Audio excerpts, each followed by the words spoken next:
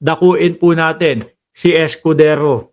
Si Cheese Escudero, mayroon pong ine-ebas o may sinasabi po, mga kababayan, doon sa mga riding in tandem.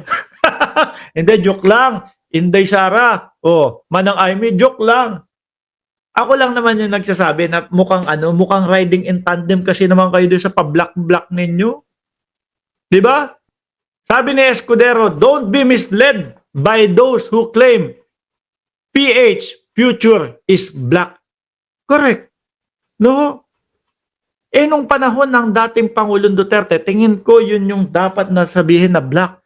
Yung mga beld nila, higit 100. Yung plano nilang beld.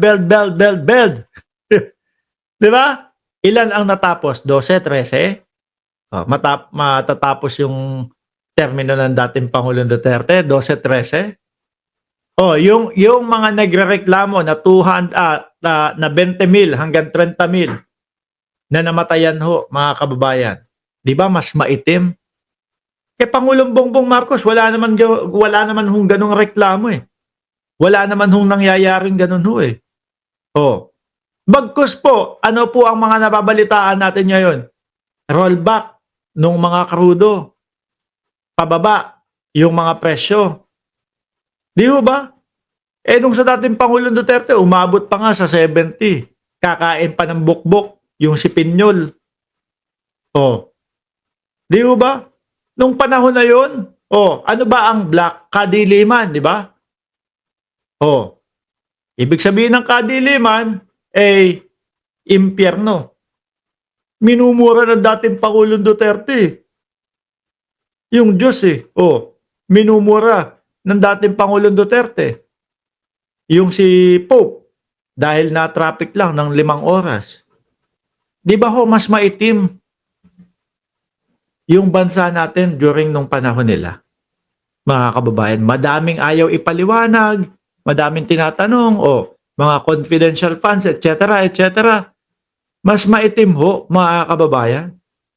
Ang dami ho kasing kulay na pwede nilang piliin. Nagtataka ako, bakit itim pa? Para ipakita na mapangit, hindi maganda ang pagpapatakbo ni Pangulong Bongbong Marcos sa bansa natin. Meron po bang hindi maganda na yung dating mga bumabati ko sa iyo at hindi nakasuporta sa iyo, kagaya po ng mga kakamping, napasuporta mo?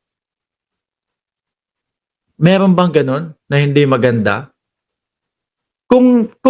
Kung palubog po ang ating bansa, mga kababayan, ako ho ay naniniwala. Hanggang ngayon po, yung mga kakamping na mga kaibigan natin, na mga nandyan po, panigurado ako, galit din sila kay Pangulong Bongbong Marcos. Kaso ho, hindi. Ano yung makikita nyo dyan sa comment section? Kakamping po ako. Pero sumusuporta po ako kay Pangulong Bongbong Marcos. Di ba? Yung mga pogo-pogo, kailan nagkalat yun? Panahon ni dating Pangulong Duterte. Ngayon po, 2 taon makalipas nung pagkakaupo. Dahil last year lang, dahil last year di ba, ubos yung pogo. Sugalan, torture, yung mga nangyayari doon sa loob ng pogo. Tapos, kay Pangulong Bongbong Marcos, mga kababayan. Droga, doon sa panahon ni dating Pangulong Duterte, ano yung mga patay? Mga maliliit nating mga kababayan. Yung mga kinakatok po yung mga pintuan. Di ba? Eto, sige, nyo dyan, mag-Google kayo. I-type nyo lang po. Laban kontra droga 2024. Makikita nyo po, bulto-bulto, bilyon-bilyon po yung mga nahuhuli ng kapulisan po sa panahon ni Pangulong Bongbong Marcos. Pero wala nang laban, ganito, ganyan. Doon meron pagmamalaki pa ho na sinasabi nila na meron pong may reward system po, ganito, 500 sa buhay, 1 million sa patay, 2 million sa nang laban.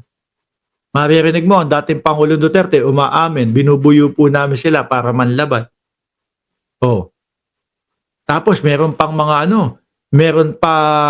mga issue na manggagaling daw po sa PCSO, yung mga pambayad sa reward doon sa mga pulis na pumapatay. Di ba doon, mga kababayan? Hmm. Sino po ba ang nagpaumpisa nitong itim-itim ang kulay ng Pilipinas? Yung dalawa ho, si Inday Sara Duterte at si Manang Aimee. Pero talagang ako ho, naniniwala ako, ganti lang yan eh. Kaya ini-endorso ni Sara Duterte na ating Vice Presidente, si Manang Aimee, para po mawalan ng gana tayo, no? Na sumusuporta kay Manang Aimee dati. O pati po yung mga loyalist. Tingnan niyo po ano nangyari. Nung nakita po natin na inendorso ni VP Sara si Aimee Marcos, nawala ng gana lahat, di ba? O, kahit na nga nakita na ho natin na nagsasalita na po si Madam Imelda na yung mga loyalista o ganito, iboto niyo si Aimee Marcos kasi magaling siya, ganyan. Ano sabi ng mga loyalista? Pagpaumanhin niyo po, Madam, eto pong panahon na ito, yung kahilingan nyo po, imposible pong gawin namin. Yung 12-0, 12-0, wala nang 12-0. Iilan na lang ho. Diba? Iilan na lang ho. Ano sabi nila? Ay wala. 10-2 na lang kami. Gamboa, tapos si Manang Aimee, aalisin namin, palit namin si Gamboa at si Heidi Mendoza. Diba? Nawala ho lahat, mga kababayan.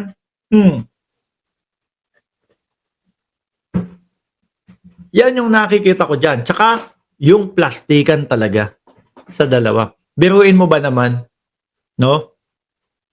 Ikaw bilang Aimee Marcos, sabihan yung tatay mo o sabihan ka ni Inday Sara Duterte. Pag hindi kayo tumigil, huhukayin ko yung bangkay ng tatay nyo. Diba? Pag hindi kayo tumigil, huhukayin ko yung bangkay ng tatay nyo tapos itatapong ko sa West Philippine Sea. Di ba? Hindi man lang, saglit lang, tatay ko na yun nananahimik na yung tatay ko Si Aimee, nakikita ko dyan, pinaplastic lang din si Inday Sara Duterte. Bakit? Nagkakandara pa nga ho doon sa kakarampot na boto nung mga kasulid-sulid na mga DDS. Si Aimee naman, sige, patol tayo. No? Hindi alam ni Aimee na kapag siya sinuportahan ko, mauubos sa kanya, mauubos yung taga-suporta o yung mga boboto sa kanya doon sa mga sumusuporta kay Pangulong Bongbong Marcos o yung mga loyalist. Yan na nga po ang nangyari, mga kababayan.